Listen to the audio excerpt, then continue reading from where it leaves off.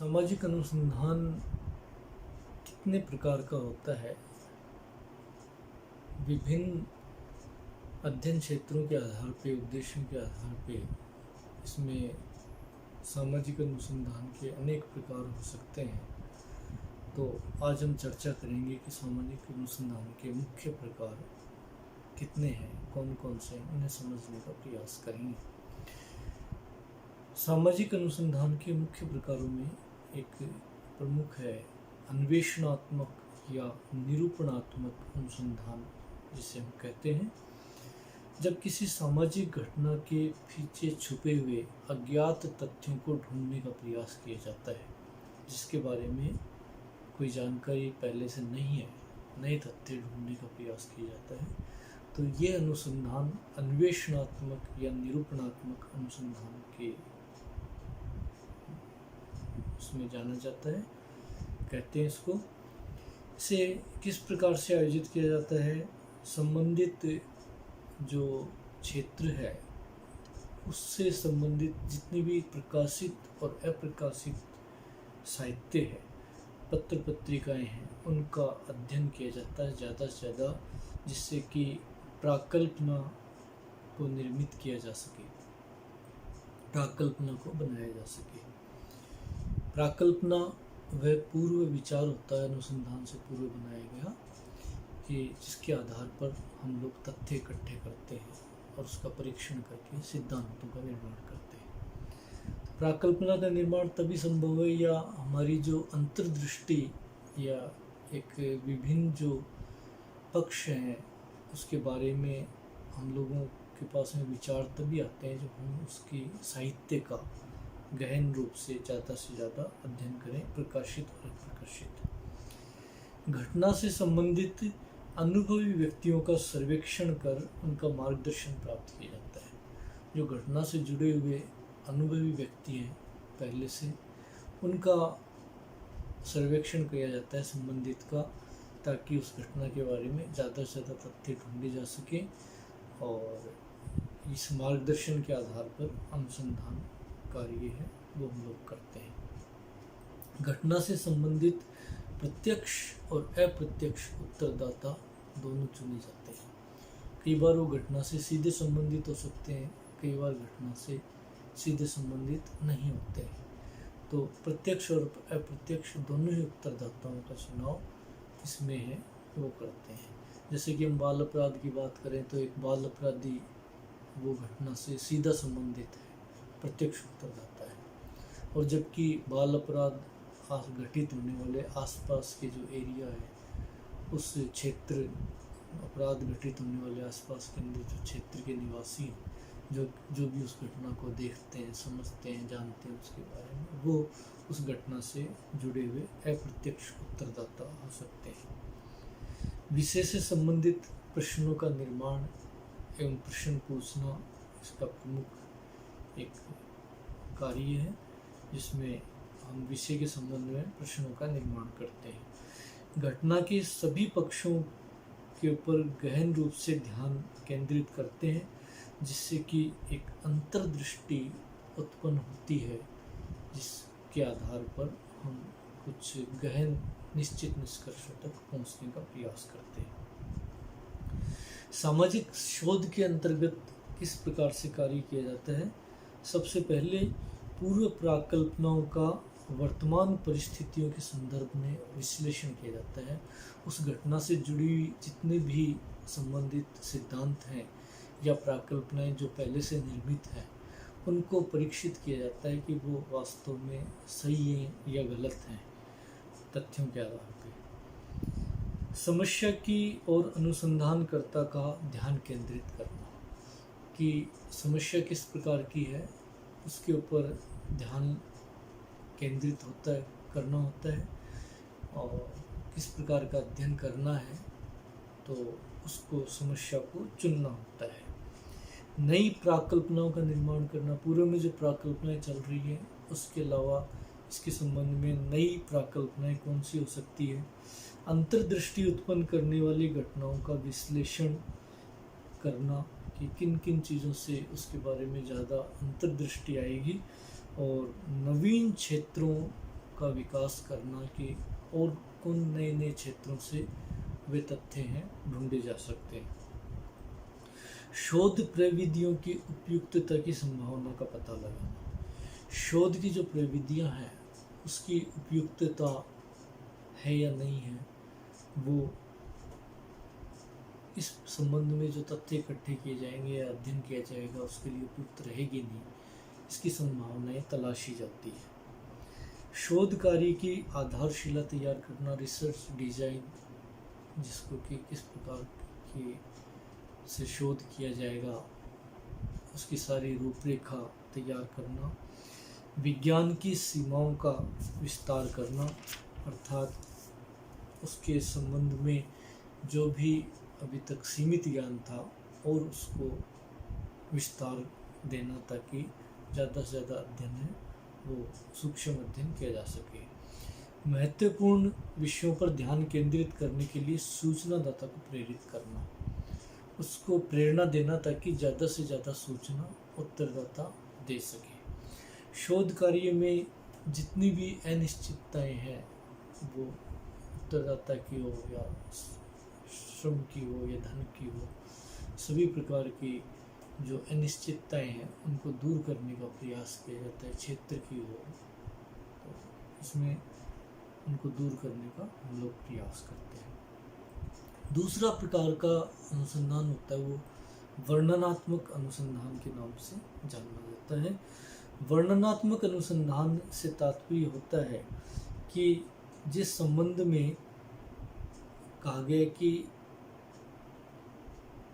जो अध्ययन किया जाता है वो तथ्य इकट्ठे करने के लिए किया जाता है ताकि उसका विवरण प्रस्तुत किया जा सके, वर्णन प्रस्तुत किया जा सके, इसलिए इसको वर्णनात्मक अनुसंधान कहते हैं। यह अनुसंधान उन घटनाओं के बारे में आयोजित किया जाता है जिसके बारे में अभी ज़्यादा जानकारी समाज में नहीं पाई जाती है, तो उस घटना से जुड़े हुए विभिन्न पक्ष कौन कौन से हैं तो उनके बारे में वर्णन या एक साहित्य के रूप में दिखाई देता है। समस्या के सभी पक्षों पर प्रकाश डालने का काम डाला जाता है इसके माध्यम से कि समस्या किन किन पक्षों के साथ संबंधित है। नवीन घटना का अध्ययन किया जाता है कि नवीन घटना कौन कौन सी घट रही है, कौन कौन सी संबंधित है। इससे प्राकल्पना का निर्माण नहीं किया जाता है बल्कि घटना के विविध पक्षों पे ही प्रकाश डाला जाता है, यानी अन्वेषणात्मक प्रकार का नहीं होता है। वैज्ञानिक विधि के चरण अपनाए जाते हैं, वही तथ्यों का संकलन, अवलोकन, संकलन, वर्गीकरण, व्याख्या, सामान्यीकरण, कार्यकरण, संबंध, भविष्यवाणी। शोधकर्ता की भूमिका एक वैज्ञानिक के रूप में मानी जाती है, यानी शोधकर्ता उसमें रोचक ढंग से तथ्यों को प्रस्तुत नहीं करता है बल्कि खोजपूर्ण ढंग से खोज करने की उसमें उसका आधार होता है कि किस किस प्रकार से उसका कौन कौन से पक्ष हैं, तो वो रोचक विवरण प्रस्तुत नहीं करता है बल्कि खोज से संबंधित विवरण है वो प्रस्तुत करता है। इसमें क्या सावधानी शोधकर्ता को रखनी चाहिए, इसमें कहा गया कि उसी समस्या का चुनाव करना चाहिए इसके बारे में वास्तविक तथ्य इकट्ठे हो सके। उपयुक्त प्रविधियों का चुनाव करना चाहिए जिनके माध्यम से तथ्य इकट्ठे किए जा सके। वस्तुनिष्ठता का ध्यान रखना चाहिए, रोचक विवरण प्रस्तुत न करते हुए इसके साथ संबंधित न होते हुए वास्तविक स्थिति की जानकारी, तथ्यों की जानकारी दी जानी चाहिए। समय, श्रम और धन के बचत करने के प्रयास करने चाहिए। वर्णनात्मक शोध किस प्रकार से किया जाता है, क्या चरण है उसके, तो उस स्तर में हम देखें तो सबसे पहले मौलिक प्रश्नों का निर्माण करके उद्देश्यों का निर्धारण किया जाता है। सबसे पहले हम अध्ययन किस विषय के बारे में करने जा रहे हैं उसके बारे में प्रश्नों का निर्माण करके मौलिक जो उद्देश्य हैं वो निर्धारित किए जाते हैं। विषयानुरूप उपयुक्त पद्धतियों का चुनाव किया जाता है कि किन किन पद्धतियों के माध्यम से साक्षात्कार, अवलोकन, अनुसूची किसके माध्यम से तथ्यों इकट्ठी हो सकते हैं। निष्पक्ष उपयुक्त निदर्शन द्वारा इकाइयों का चुनाव किया जाता है। देव निदर्शन, विस्तृत निदर्शन या संभावित निदर्शन, जो विभिन्न प्रकार के निदर्शन हैं, उनके माध्यम से संभावना या संभावना दोनों प्रकार के निदर्शन है प्रयोग करते हुए इकाइयों का चुनाव करते हैं। प्रयोग विधियों की सहायता से तथ्यों का संकलन एवं परीक्षण किया जाता है। तथ्य संकलित किए जाते हैं, उनको परखा जाता है कि वो समस्या से किस प्रकार से संबंधित है। तथ्यों का एनालिसिस किया जाता है, विश्लेषण किया जाता है, आपस में कार्य कारण संबंध स्थापित किए जाते हैं, तथ्यों का सारणीयन किया जाता है और उसके बाद में कार्य कारण संबंध स्थापित करने के बाद में सामान्यीकरण यानी सामान्य निष्कर्ष निकाले जाते हैं। अंत में प्रतिवेदन है प्रस्तुत किया जाता है। तो ये जो अनुसंधान का प्रकार है वो विवरणात्मक प्रकार का होता है। जैसे कि हम बात करें कि कोई भी घटना है, मान लीजिए समाज के क्षेत्र में किसी भी घटना को लीजिए, जैसे पुलिस और मानव अधिकार। तो पुलिस जो व्यवस्था है वो मानव अधिकार से किस प्रकार से जुड़ी हुई है, उसके हनन और संरक्षण को लेकर के, तो उसके बारे में हम उसके विविध पक्षों को, विविध क्षेत्रों को देखेंगे कि किस वर्ग के जो पुलिस अधिकारी हैं वो संरक्षण और कई बार उसका हनन दोनों को किस किस वर्ग के पुलिस के कर्मचारी या अधिकारी है, उनका क्या क्या रोल है उनके संरक्षण और हनन में। तो विविध पक्षों के ऊपर हम उसकी जानकारी रखते हैं और हनन कब होता है और संरक्षण कब किया जाता है, इसके बारे में विभिन्न तथ्यों के बारे में हम उसके विस्तार से उसके ऊपर प्रकाश डालते हैं कि ये मानव अधिकार का एक प्रारूप है और ये पुलिस से संबंधित है। विभिन्न जो पक्ष हैं इसके और वो संरक्षित या हनन किए जाते हैं, तो क्या क्या क्षेत्र हैं इसके वो हम अध्ययन उसमें करते हैं। तीसरा इसमें प्रयोगात्मक अनुसंधान या परीक्षणात्मक अनुसंधान कहलाता है, जिसमें कहा गया कि कुछ तथ्यों, जैसे प्राकृतिक विज्ञानों में कुछ प्राकृतिक अवस्थाओं को नियंत्रित करके घटनाओं का अध्ययन किया जाता है, उसी प्रकार से सामाजिक विज्ञानों के अंदर कुछ चरों को नियंत्रित करके चरों का प्रभाव देखा जाता है। इसको प्रयोगात्मक अनुसंधान के माध्यम से जानते हैं। ये 3 प्रकार का होता है, एक पश्चात परीक्षण, एक पूर्व पश्चात परीक्षण और एक ऐतिहासिक तथ्य परीक्षण। पश्चात परीक्षण में अनुसंधान के अंदर 2 समान विशेषता वाले समूह चुन लिए जाते हैं। इसमें से एक समूह पर किसी नवीन कारक को लागू नहीं किया जाता, ये समूह नियंत्रित समूह कहलाता है, जबकि प्रभावित कारक वाला समूह परीक्षणात्मक समूह कहलाता है। इन दोनों समूह के अध्ययन के पश्चात यदि इनके लक्षणों में कोई अंतर नहीं आता है तो ये निष्कर्ष निकाला जाता है कि नवीन कारक का समाज पर कोई प्रभाव नहीं पड़ता है। और यदि दोनों समूह के लक्षणों में अंतर नजर आता है तो निष्कर्ष निकाला जाता है कि नवीन कारक का समाज के ऊपर प्रभाव पड़ता है। जैसे हम परिवार नियोजन के संबंध में देखें कि 2 बराबर जनसंख्या वाले समूह चुन लिए जाएं, एक समूह के ऊपर परिवार नियोजन के साधनों का प्रचार प्रसार किया जाए और कुछ समय बाद में उसका अध्ययन किया जाता है, दूसरे समूह पर बिना प्रचार के बाद में उसका अध्ययन किया जाता है। जनसंख्या में यदि कोई अंतर आता है कुछ समय बाद में तो हम निष्कर्ष निकाल सकते हैं कि परिवार नियोजन के प्रचार प्रसार का जनसंख्या वृद्धि को रोकने में कितनी सहायक हो सकती है। तो इस प्रकार से ये 2 समान विशेषताओं वाले समूह हैं जिसका अध्ययन इसमें इसको हम पश्चात परीक्षण कहते हैं, कारक का प्रभाव डालने के पश्चात। और दूसरा इसका प्रकार है पूर्व पश्चात परीक्षण। जब हम किसी एक ही समूह के ऊपर किसी कारक का प्रभाव से पहले उसका अध्ययन करते हैं और कुछ समय बाद में कारक का प्रभाव डालने के बाद में उसका अध्ययन किया जाता है, तो यह अध्ययन अनुसंधान पूर्व पश्चात प्रयोगात्मक अनुसंधान के नाम से जाना जाता है। जैसे हमें परिवार नियोजन के बारे में पता लगाना है कि परिवार नियोजन के माध्यम से एक समूह में कितनी नियंत्रण हो सकती है, जनसंख्या नियंत्रित हो सकती है, तो हम पहले उसका अध्ययन करते हैं कुछ समय तक और उसकी जनसंख्या वृद्धि की दर पता लगाते हैं। उस कुछ समय बाद में उसी समूह के ऊपर हम विभिन्न प्रचार प्रसार के माध्यम से परिवार नियोजन के द्वारा परिवार नियोजित के लोगों को प्रेरित करते हैं और कुछ समय बाद में इसका अध्ययन करके जनसंख्या की वृद्धि का दर का पता लगाते हैं। इसको हम पूर्व पश्चात परीक्षण कहते हैं, अर्थात कारक का प्रभाव डालने से पूर्व अध्ययन और कारक का प्रभाव डालने के बाद में अध्ययन, दोनों के बीच में तुलना के आधार पर हम उस निष्कर्ष पे पहुंचते हैं कि कारक का कितना प्रभाव है वो समूह के ऊपर पड़ता है।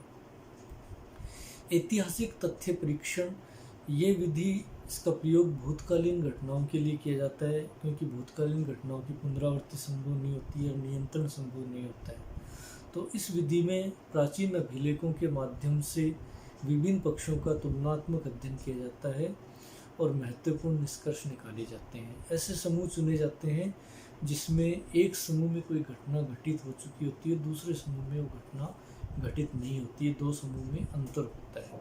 भूतकालीन परिस्थितियों की तुलना करके ये जानने का प्रयास किया जाता है कि उस समूह विशेष में वो घटना घटित कैसे हुई और उसके कारण क्या थे, और वर्तमान में उन कारणों की खोज की जाती है।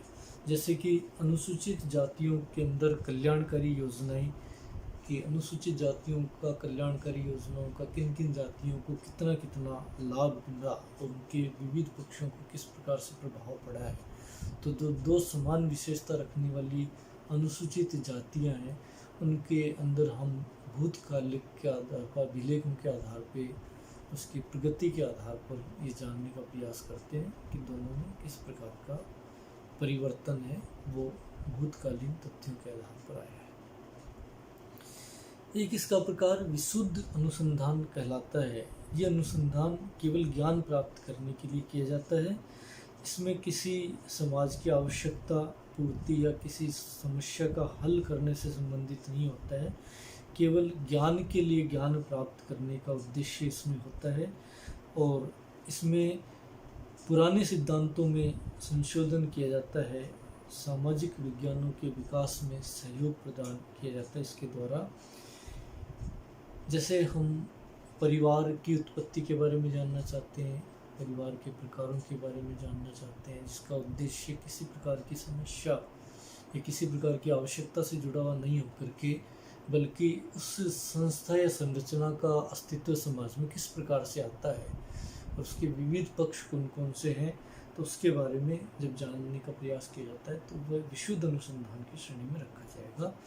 इसके उद्देश्य हम देखें तो ये केवल ज्ञान प्राप्त करने के लिए होता है, जिज्ञासा को शांत करने के लिए होता है, नियंत्रित एवं निर्देशित करने वाले नियमों की खोज की जाती है, परिवर्तनशीलता के साथ में इसमें नियमों का विकास किया जाता है, कई नई अवधारणाओं को विकसित किया जाता है। जैसे पुरानी अवधारणाओं के साथ में अनेक नई अवधारणाएं भी विकास की जाती है ताकि नई नई जानकारियाँ समाज को मिल सके। प्रविधियों की जांच की जाती है, पहले से जो प्रविधियाँ प्रचलित है वो कितनी सटीक है। इकाइयों के बीच में प्रकार्यात्मक संबंध ढूंढे जाते हैं कि विभिन्न इकाइयाँ एक दूसरे से किस प्रकार से जुड़ी हुई है। आवश्यक तथ्यों का संकलन किया जाता है, उनका सारणीयन किया जाता है, कार्यकारण संबंध स्थापित किए जाते हैं, निष्कर्ष निकाले जाते हैं, भविष्यवाणी की जाती है कि तथ्यों में इस प्रकार का परिवर्तन समाज के अंदर आ सकता है। तो ये विशुद्ध अनुसंधान है। अगला प्रकार इसका व्यवहारिक अनुसंधान। व्यवहारिक अनुसंधान किसी सामाजिक समस्या या जीवन के किसी व्यवहारिक पक्ष से जुड़ा होता है, तो उसके बारे में जब अनुसंधान किया जाता है, जैसे हम सामाजिक नियोजन के बारे में जो सुधार से संबंधित जानकारी प्राप्त करना चाहते हैं, तो ये जो अध्ययन का है वो अनुसंधान व्यवहारिक अनुसंधान की श्रेणी में आता है। इसका प्रयोग अनुसूचित जाति जनजाति की समस्याएं, सांप्रदायिकता, अंतर्राष्ट्रीय तनाव, व्यापार प्रशासन आदि के क्षेत्रों में हम लोग करते हैं। सार्वजनिक स्कूलों में परामर्श देने वाली संस्थाएं किस प्रकार से प्रभावपूर्ण होती है, इसके बारे में यदि हमें जानना हो तो इस प्रकार का अनुसंधान है वो करते हैं। उपयोगी तथ्यों की विश्वसनीय प्रभावों की खोज की जाती है। इसमें मौलिक शोध के लिए अधिक उपयोगी प्रविधियों को विकसित किया जाता है। तथ्यों को इस ढंग से प्रस्तुत किया जाता है कि सामान्य निष्कर्ष निकाले जा सकें। ज्ञान का विकास किया जाता है। तथ्यों के बीच में प्रकार्यात्मक संबंधों को ढूंढा जाता है। नए सिद्धांतों, नई अवधारणाओं को विकसित करने का प्रयास किया जाता है, जिससे कि सामाजिक समस्याओं को या जीवन के व्यवहारिक पक्षों को हल किया जा सके। एक प्रकार इसका क्रियात्मक अनुसंधान के नाम से जानते हैं। क्रियात्मक अनुसंधान व्यवहारिक अनुसंधान का एक प्रकार होता है, एक पार्ट होता है, जिसमें हम लोग उसकी क्रियात्मक महत्व रखने वाली घटनाओं का अध्ययन करते हैं कि जब सामाजिक अनुसंधान के निष्कर्षों को क्रियात्मक रूप देना हो और किस प्रकार से उसको लागू किया जा सकता है किसी तात्कालिक या भावी योजना के संबंध में, तो इसे क्रियात्मक अनुसंधान के रूप में हम लोग जानते हैं। इस प्रकार के अनुसंधान से प्राप्त निष्कर्षों का प्रयोग विद्यमान सामाजिक अवस्थाओं में परिवर्तन उत्पन्न करने वाली योजना के एक भाग के रूप में किया जाता है। जैसे कोठारी कमीशन रिपोर्ट के द्वारा शिक्षा में आमूल-चूल परिवर्तन लाने के लिए संबंधित सुझावों का अनुसंधान करना या गंदी बस्तियों की सफाई से संबंधित अनुसंधान करना, मतलब एक शिक्षा के अंदर परिवर्तन लाना एक व्यवहारिक अनुसंधान का प्रकार है। लेकिन कोठारी कमीशन के द्वारा जब इसका अनुसंधान किया गया कि किस प्रकार से आमूल-चूल परिवर्तन लाया जा सकता है एक पार्ट के रूप में, तो ये एक क्रियात्मक प्रकार से है उसका कि कोई भी एक पक्ष को ले लेते हैं और उसमें उसका अध्ययन किया जाता है, वो तथ्य ढूंढे जाते हैं कि किस प्रकार से अनुसंधान है वो संभव है। मूल्यांकनात्मक अनुसंधान है, जिसमें सामाजिक नियोजन एवं परिवर्तन लाने के लिए लागू किए गए कार्यक्रमों की सफलता या असफलता को जानने के लिए जब अनुसंधान किया जाता है तो वो मूल्यांकनात्मक अनुसंधान कहलाता है। यह अनुसंधान सामाजिक जीवन की दशाओं में परिवर्तन लाने के लिए आयोजित किया जाता है। सामाजिक परिवर्तन लाने के लिए अनेक कल्याणकारी योजनाएं संचालित की जाती है। यदि कल्याण योजनाएं पूर्ण रूप से सफल नहीं होती है तो उन मानवीय कारकों को खोजा जाता है, जिसके फलस्वरूप इन योजनाओं में असफलता प्राप्त हुई। इसके पश्चात इन कल्याण योजनाओं में उसी रूप से परिवर्तन किया जाता है इन योजनाओं को। जैसे IRDP से संबंधित योजनाएं हैं, वो क्यों नहीं व्यक्तियों के द्वारा उसमें विकास नहीं आ रहा है समाज के अंदर, तो उसका जिस यदि शोध किया जाएगा तो मूल्यांकनात्मक अनुसंधान जाना जाएगा। तो इस प्रकार से सामाजिक अनुसंधान के प्रमुख उद्देश्य हैं, जिसमें प्रमुख प्रकार हैं जो आज हमने यहाँ पे बात की, जिनके बारे में चर्चा की।